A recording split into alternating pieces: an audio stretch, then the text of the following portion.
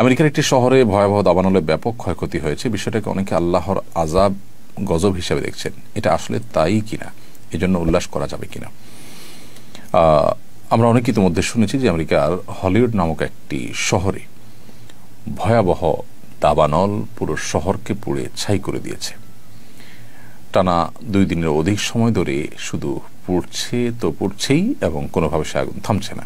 যে শহরে এই ভয়াবহ অগ্নিকাণ্ডের ঘটনা ঘটেছে সে শহর নানা কারণে পরিচিত বিশ্ববাসীর কাছে, বিশেষ করে অশ্লীলতা, বিবাহ বহির্ভূত সম্পর্ক, হারাম রিলেশনকে প্রমোশন করা এবং অন্যায় অশ্লীলতার যে জোয়ার সয়লাব, এটার জন্য এই শহরটা নানাভাবে পরিচিত।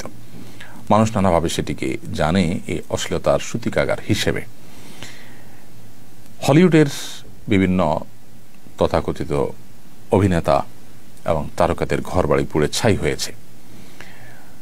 মানুষের মধ্যে যারা অশ্লীলতাকে ছড়িয়ে দিতে চায়, ব্যাপকভাবে বিস্তৃত করতে চায়, তাদেরকে আল্লাহ রাব্বুল আলামিন ভয়াবহ শাস্তি দিবেন বলে কোরআনে কারিমে আল্লাহ তাআলা জানিয়েছেন।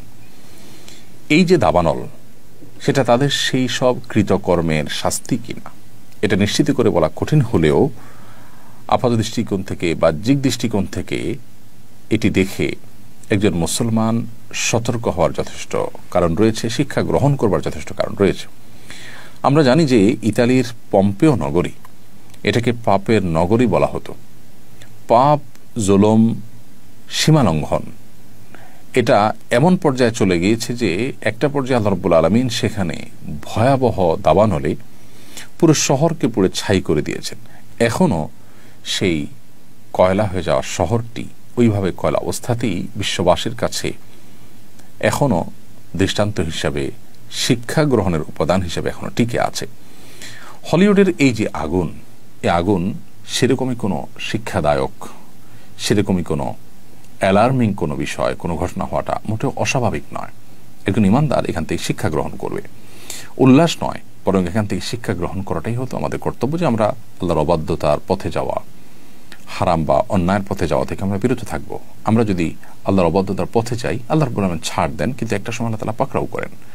আল্লাহ সুবহানাহু ওয়া তাআলা ছাড় পেতে পেতে একটা সময় আমাদের কাছে মনে হয় যে না, আল্লাহ বোধহয় আমাদেরকে আর পাকড়াও করছেন না, কিন্তু একটা সময় ঠিকই আল্লাহ সুবহানাহু ওয়া তাআলা ধরেন এবং পাকড়াও করেন। এই বিষয়টি পৃথিবীতে বারবার বিভিন্ন সময় ঘটে, আমাদের ব্যক্তিগত জীবনের সময় ঘটে, যে আল্লাহ সুবহানাহু ওয়া তাআলা আমাদেরকে অ্যালার্ম দিচ্ছেন, সতর্ক করছেন, বা আমাদের কোনো পাপের জন্য আল্লাহ রাব্বুল আলামিন দুনিয়াতে নগদ শাস্তি দিচ্ছেন। আমরা খুব কম মানুষের শিক্ষা গ্রহণ করি, এই জন্য আমাদের শিক্ষাটা এখান থেকে গ্রহণ করা উচিত। এবং এটি আল্লাহর আযাব সেটি নিশ্চিত করে বলা কঠিন, কারণ আসলে এটি কি আযাবের অংশ নাকি এটি অন্য কোনো আল্লাহর হিকমার অংশ, এটি অন্য 10টি সাধারণ স্বাভাবিক ঘটনার মতো কিনা, সেটা একমাত্র আল্লাহ তাআলা ভালো জানেন। আমরা যেহেতু কেউ গায়বের মালিক নই, এই জন্য নিশ্চিত করে হলফ করে এটিকে আল্লাহর গজব হিসাবেই যদিও আমরা বলতে পারবো না, কিন্তু অ্যাট দ্য সেম টাইম সেখানে যে কর্মকাণ্ড হতো বা সেই কর্মকাণ্ডের জন্য সেটি খ্যাতি ছিল, সেই কারণে আল্লাহ তাআলার শাস্তি পতিত হওয়ার যথেষ্ট জোরালো সম্ভাবনা আছে। বিদায় সেই সম্ভাবনা মাথায় রেখে এই সম্ভাবনার কথা বলা, এটাকে দর্শনীয় বলা যাবে না। তবে হ্যাঁ, নিশ্চিত করে আমরা হয়তো কোনো সিদ্ধান্ত এখানে দিতে পারবো না, যেহেতু ওহীর রাস্তা বন্ধ হয়ে গেছে। নবী রাসূলগণ থাকলে বলতে পারতেন যে এটা আল্লাহর পক্ষ থেকে আযাব হিসেবে আল্লাহ তাআলা প্রেরণ করেছেন। এখানে অবশ্য আরেকটি বিষয় গুরুত্বপূর্ণ, তা হলো আমরা জানি গাজাও পড়ছে, হলিউডও পড়ছে। পার্থক্য অবশ্য একটা বেশ পরিষ্কার, সেটা হলো গাজার মানুষজন মুসলমান, তিনি একজন মুসলমান হিসাবে তারা আখিরাতে বিশ্বাসী।